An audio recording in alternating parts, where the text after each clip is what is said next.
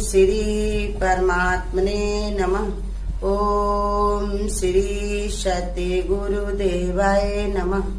देखिए ये बता रहे गीता में भगवान, ये 5वें अध्याय का 23वां श्लोक, जो मनुष्य शरीर के नाश होने से पहले ही काम और क्रोध से उत्पन्न हुए वेग को सहन करने में समर्थ है, अर्थात काम क्रोध को जिसने सदा के लिए जीत लिया है वो मनुष्य इस लोक में योगी है, वही सुखी है। एक बता रहे गीता में भगवान कि कैसे हम सुखी हो सकते हैं, जिसकी खोज हम पता नहीं कितने दिनों से करें, 84 लाख योनियों से उसी खोज की हम तलाश में हैं। अब वो सुख कहीं दूर नहीं है, हमारे ही अपने पास है। सुख सिंधु हो करके भी तू अपने को दुखिया माने। गुरु कहते सब कुछ तुम्हारे पास है। एक काम क्रोध माने क्या है? कामना। जिसे तुम्हारी बुद्धि है, जान ले कि काम मांगो कुछ थिर ना रहे, देखते नैन चला जग जाए, सोने के छज्जे रुपए के खंभे, उन रावण घर दिया न बाती। देखो रावण इतना सब कुछ था, क्या सोने से, रावण से भी ज्यादा कोई धनवान है? उसकी तो सोने की लंका थी, उससे भी बड़ा किसी का परिवार है। लेकिन भगवान ने जिस दिन निगाह अपनी टेढ़ी की, उस दिन सबका सब वैसे धरा का धरा रह गया।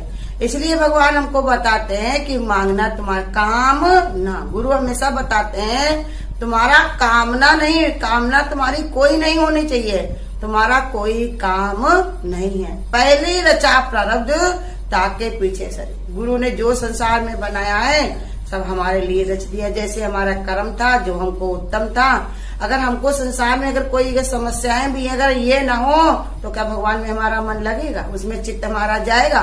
ये जो भगवान ने अगर रखे भी हैं कांटे, एक दो अगर लगते भी हैं, तो भगवान ने कहा ये भी तुम्हारे सुख के ही हेतु हैं। अगर तुम्हारा ये न रखा रहे तो तुम्हारा बिल्कुल ही मन भगवान में नहीं लगेगा। गुरु कहते थे देखो इनको सब सुख सुविधाएं संसार की हैं, उनसे पूछो क्या भगवान में उनका चित्त जुड़ता है, उनका क्या मन लगता है? जैसे एक बार बता रहे थे सब प्रेमी कि भगवान जी सत्संग करने के लिए रकाबगंज की तरफ जा रहे थे, तो कहा इतने बड़े बड़े मकान बने हैं गुरु भगवान, इनको देखो तो देखते रह जाओ। तो गुरु ने कहा तुमको इससे क्या मतलब, सीधे चलो। प्रेमी कहने लगे हमारा भी इतना बड़ा मकान होता तो हम भी बढ़िया सत्संग भजन करते, खूब आराम से सब संतों को बैठाते। गुरु ने कहा इनके घर में जाकर के पूछ के आओ, ये लोग सत्संग कर पा रहे हैं? ये लोग सत्संग कर पा रहे हैं? ये लोग जो ने अभी उठ के मुंह भी धुला है, कुछ खाया पिया, तुम लोग कितनी देर से तैयार घूम रहे, 2 सत्संग कर चुके हो, अब आगे कितने कर लोगे? तो इसलिए बता रहे जिनको हम सुख मांगते हैं वही दुख के हेतु हैं। गुरु कहते तुम्हारी हंसी तुम्हारे रोने का कारण है, जितना तुम हंसते हो उतने रोते। तो ये सुखी रहने की विद्या सिखा रहे भगवान कि वही सुखी रह सकता जो मनुष्य शरीर के नाश होने। हम सोचते हैं कि कल हमारा जब हमारा शरीर में ताकत नहीं रहेगी, मजबूरियां होंगी, तब हमारे ये सब क्रोध और कामनाएं सब शांत होंगी। गुरु कहते तब तो मजबूरी रहेगी, अभी तुम नाश करो। गुरु कहते थे देखो जब शेर शिकार नहीं कर पाता तब तो वो बहुत बड़ा सन्यासी हो जाता है, त्यागी बन जाता है, कहेगा अब हम जो है मांसाहार नहीं करते, अब हम बहुत बड़े सन्यासी त्यागी हो गए। लेकिन वो जब पहले ही जब उसके अंदर शक्ति थी, शिकार कर सकता था, तब त्यागे, तब वो शेर की माने। ऐसे ये गुरु हम लोगों को भी सिखा रहे कि भगवान कहते हैं मन की कामनाओं से उत्पन्न होने पर उनके वेग को इस प्रकार सहन कर लेता है जैसे समुद्र में सैकड़ों नदियों का पानी प्रतिक्षण गिरने पर भी सब नदियां समुद्र में विलीन हो जाती हैं। जिस समुद्र में इतनी गहराई है, उसके अंदर इतने हीरे मोती बहुमूल्य रतन हैं भरे हुए, तो इसलिए वो उबलता नहीं है। ऐसे गुरु कहते तुम्हारे अंदर भी गुणों की खान है। सबसे बड़े गुण क्या है? क्षमा करने वाला है, क्षमा कर दो। जो लोग गलतियां करते हैं तो गुरु कहते हैं उनको पता ही नहीं, जो उल्टा चलते हैं उनको पता ही नहीं है। अब फिर हमारा किसी से लेने देना क्या है? ट्रेन में बैठे हुए लोग हैं, इनमें सब लोग सफर में मिले और सब उतरने वाले हैं, हमको किसी से कोई मतलब नहीं है, लेकिन हम अपना मतलब जोड़ते हैं, इसीलिए सुखी दुखी होते। और समुद्र अपनी गहराई जानता है लेकिन हम अपने को नहीं पहचानते, इसके कारण ऊपर से ही उपनाने लगते, हमारे क्रोध आ जाता है। तो इसलिए कहते जैसे नदियां समुद्र में विलीन हो जाती, ऐसे मनुष्य किसी क्रिया को कामनाओं से प्रेरित होकर आरंभ नहीं करता। जो धीर गंभीर बनता है, गुरु की बात पर जिसको विश्वास होता है, जो पक्का निश्चय कर लेता है कि अब हमको कुछ भी सोचने की जरूरत नहीं, कुछ कहने की जरूरत, कोई कामना की जरूरत नहीं, काम मांगू कुछ थिर न रहे, पाना तो मैंने पा लिया, पाना न कुछ शेष है। हम लोग क्या करते हैं, हमको गुरु भी चाहिए, गुरु का ज्ञान भी चाहिए, घर परिवार भी चाहिए, मान बढ़ाई भी चाहिए। गुरु कहते सब किसी को नहीं मिला है। एक म्यान में दो तलवारें रखी न देखी जाए। जो गुरु का ये ज्ञान हमको मिला है, यही अनमोल खजाना है। मनुष्य का शरीर पाना ये महादुर्लभ है, वो हमको मिला हुआ है। अब ऐसे निष्कामी गुरु का ज्ञान पाना, ये भगवान ने कहा बहुत ही मुश्किल है, वो हमको मिला हुआ है। और सुंदर जो गुरु से प्रेम हो जाना, ये सबसे बड़ी भाग्य है। गुरु कहते हैं इस प्रीति के लिए देवता भी तरसते हैं। भगवान भी यही कहते हैं कि जिसको भगवान से प्रीति हो जाए, फिर उसको और किसी से कुछ भी चाहने की इच्छा नहीं रखनी चाहिए। तो इसलिए बता रहे भगवान, वो केवल कर्तव्य पालन के लिए कार्य करता है। कहा जैसे चना भुन जाता है तो वो चना ही कहा जाता है, उसमें तत्व भी होते हैं, लेकिन वो जमता नहीं है। ऐसे ही गुरु के ज्ञान से, ज्ञान अग्नि से हमारी जब बुद्धि ये बुझ जाती है, तब दिखाई तो पड़ता है कोई आदमी औरत ये कार्यभार करते हुए, लेकिन उसमें फंसता नहीं। वो जान लेता है ये सब कुछ भगवान का है, हमको कुछ भी इससे लेना देना नहीं। जैसे समझदार बच्चे को मालूम है कि पड़ोस से आई हुई चीज उसकी वापस करनी है। और नासमझ बच्चा होता वो कहता हमारे घर में आ गए, हमारी है, हम इससे खेलेंगे, हम इसको खाएंगे, हम लेंगे। लेकिन वही समझदार बच्चा जानता दूसरे की वस्तु है तो उसको हमारी मम्मी पापा को लौटानी है। ऐसे ही जो गुरु के ज्ञान से पक्का कर लेता है कि संसार तेरा घर नहीं, 2-4 दिन का वास। हम आज और बच गए हैं तो क्या किसी के राग दोष देखने के लिए, किसी से लड़ने के लिए? आज हम अगर और बच गए हैं तो भगवान का सुमरण करने के लिए, भगवान का भजन करने के लिए। आज का दिन हमको गुरु कहते गिफ्ट में मिला है। कितने लोगों ने आज शरीर का त्याग कर दिया होगा, कितने लोग ऐसे लाचार हो गए होंगे, कितने लोग ऐसे परेशान हो गए होंगे जिनके मुंह में पानी तक नहीं पहुंचा होगा, लेकिन हमको आज भगवान ने पिलाया पानी। आज का दिन फिर दिखाया, सबके साथ फिर बैठा है, तो किसके लिए? शुक्राना करने के लिए। तो इसलिए भगवान हमको समझाते हैं कि वो कार्य करता है। कामनाओं में विघ्न हो जाने पर साधारण मनुष्य के मन में स्वाभाविक आवेश होता है, पर ऐसे व्यक्ति के मन में उठता ही नहीं। साधारणता गुरु कहते अब तुम समझ लो, तुम साधारण व्यक्ति हो या असाधारण हो। साधारण हो तो वही कूद पड़ते हो, वही आदत पड़ी हुई जन्म की है। और गुरु कहते असाधारण हमारे बच्चे बनो, तो हमको गुरु कहते कुछ नहीं। गुरु से सामने कोई कहता था कि भगवान जी हमारे घर में प्लेट कोई तोड़ देता, कप तोड़ देता तो मुझे बड़ी गुस्सा आती। तो गुरु कहते क्या सब फैक्ट्रियां बंद कराना चाहते हो क्या? तुम्हारे घर में अगर टूटेंगी नहीं, ये टूटेंगी नहीं, अगर कुछ भी चीज बिगड़ेगी नहीं तो कहाँ से खरीदोगे? उनका रोजगार बंद कराना है।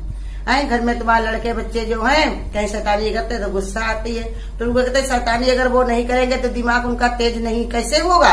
क्या बुद्धू उनको गंवार बनाना चाहते हो? तो इसलिए बताया हर चीज की कला उसको सीखनी है, घर से बाहर तक। इसलिए संसार में सब चीजें उनको जरूरी है, हर चीज उसको आनी चाहिए। तो इसलिए समझा रहे कि जो साधारण मनुष्य होता है, कामनाओं में विघ्न होने पर साधारण मनुष्य के मन में स्वाभाविक आवेश आता है। जो साधारण मनुष्य होता है तो वो कहता है कि कामना में हमारे विघ्न नहीं पड़ा, हमने ये चाहा था ऐसा हुआ नहीं। लेकिन ज्ञानी का लक्षण नहीं। गुरु कहते तुम रूठे तो हम छूटे। जो चीज हमको नहीं मिली तो उतना हमको झंझट भी तो नहीं है, उतनी हमको कोई समस्या भी तो नहीं है। रखने की, उठाने की, देख रेख करने की, अहंकार की, इच्छाओं की, कामनाओं की, हर चीज से हमको छुट्टी मिल गई। जैसे गुरु हमारे दृष्टांत भी बताते हैं कि एक के पास एक गाय थी, तो वो बढ़िया उसी में गाय को दिन भर अपना चराता, उसी का गोबर अपना पात देता, खंडे जला करके उसी का दूध निकाल के उसी में गर्म करके बढ़िया पीता था, हर भजन करता था। गली मोहल्ले वाले ने सोचा, कहा कि अरे ये तो बड़ा होशियार है, ना किसी से बोलता न चालता है, ना किसी से इसका लेना देना है। ऐसा करो इसकी गाय को ही गायब कर दो, तब इसकी सब मक्कारी निकल जाएगी। हम लोग पास न बैठता, न उठता, न बात करता, न चीत करता।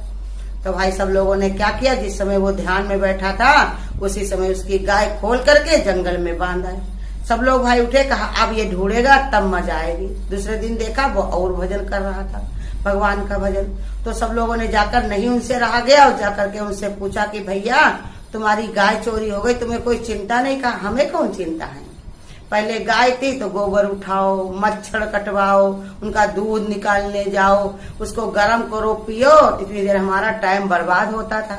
अब वो गाय चली गई तो सब चीज से बच गए, बढ़िया हम पानी पीते हैं और भजन करते हैं। रही बात शक्ति की, तो भगवान की 100 बार गर्ज पड़े तो वो देगा, हमको जिंदा रखेगा, वो देगा हमको, उसकी कोई जरूरत नहीं। तब सब लोगों ने हार मान के फिर उनकी गैया ला करके उनको बांध दी और सब लोगों ने उनसे और माफी मांगी।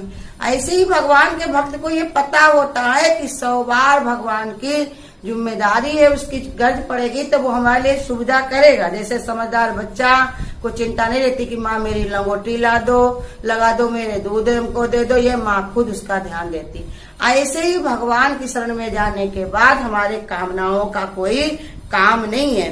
तो इसलिए समझा रहे भगवान। और लेकिन जो साधारण व्यक्ति होता है उसको आवेश आ जाता है, वो कहता है कि हमारे ऐसे हम तो इतना भजन करते, इतना भगवान का स्मरण करते, इतना तो भगवान का सत्संग भजन करते हैं, हमारी सुनते नहीं, क्या हम ही बेकार मिले थे? नहीं, भगवान कहते तुम बेकार नहीं हो, तुम पर भगवान की अब निगाह है। जिस पर भगवान निगाह डालता है उसके सारे पाप ताप सब काट देता है। जन्म जन्म के हमारे पाप हमारे साथ लगे हुए, हमें पता नहीं हम पहले क्या क्या करके आए हुए हैं, अब भगवान उन्हीं को कटवाने में लगा हुआ है।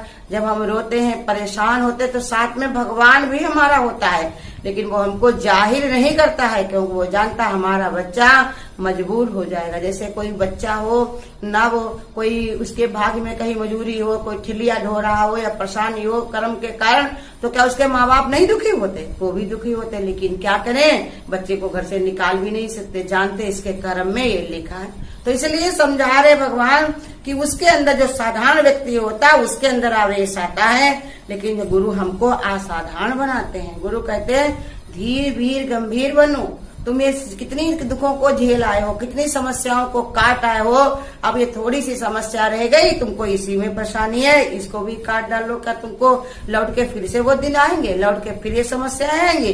जब अपनी समस्याओं को तुम ध्यान करोगे, किसी दिन तुम्हारे मुंह में रोटी नहीं गई होगी, किसी दिन तुमने उठ करके सर नहीं उठाया होगा, किसी से बातचीत नहीं कर पाए होगे, जब फिर भी भगवान ने सब बदल के रखा।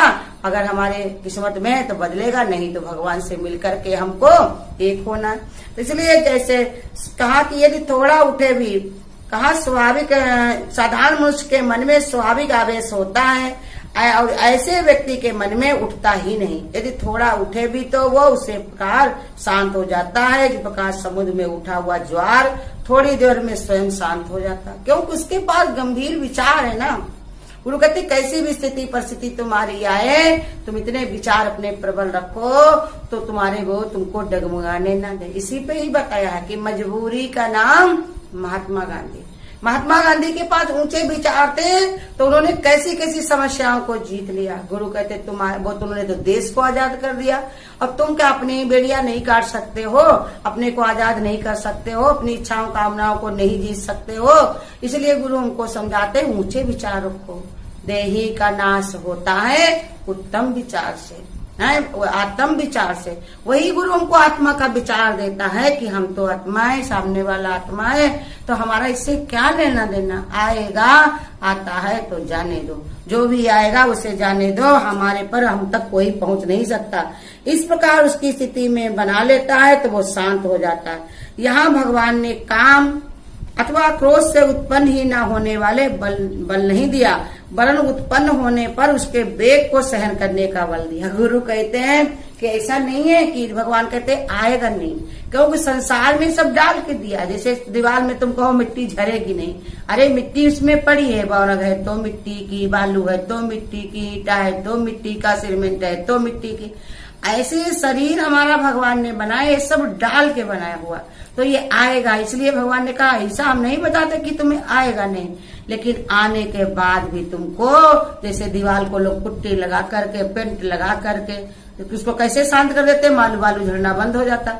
ऐसे सुंदर विचार तुम रखते हो कि हमारा तो सब काम बन गया गुरु के मिलने से, अब हमारा कोई काम बाकी नहीं रह गया, तो तुम्हारे वो वेग को वो सहन कर लेता है। जो लोग दुनिया में अपना काट रहे उनकी अपनी जाने, हमारी तो भैया बन चली, हमको गुरु मिले। ऐसे ही गुरु कहते वो बल दिया, जो ऐसा करने में सामर्थ्य है वही योगी। गुरु ने हमारा नाम देखो योगी रखा है, संत रखा है, कैसे सोच के रखा है क्या हमको ये समझ, गुरु हमको जानते नहीं, पहचानते नहीं, उन्होंने विचार के रखा है, बस हमको बनना है। जैसे माँ बच्चे कहेगी भैया राजा बाबू है, मेरा जेंटलमैन है, ये बड़ा आदमी है, धन बड़ा बहुत बढ़िया होशियार है, तो बच्चे को बस बनने में दे रहे, माँ ने विचार बना दिए। ऐसे गुरु ने हमारे लिए योगी, सन्यासी, ऋषि मुनि सुंदर सुंदर नाम दिए हैं, बस हमको बनना ही शेष है। और गुरु शरण में बैठे हैं तो गुरु हमको जरूर कृपा करेगा।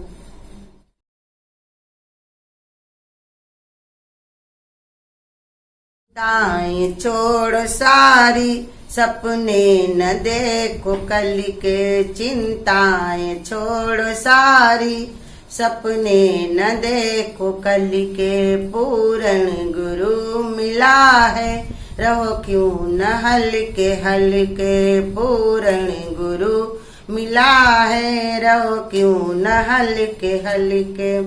संसार के भंवर में अब तो नहीं है फंसना, संसार के भंवर में अब तो नहीं है फंसना, हालत ये आए कैसी हरदम हमें है हंसना, हालत ये आए कैसी हरदम हमें है हंसना।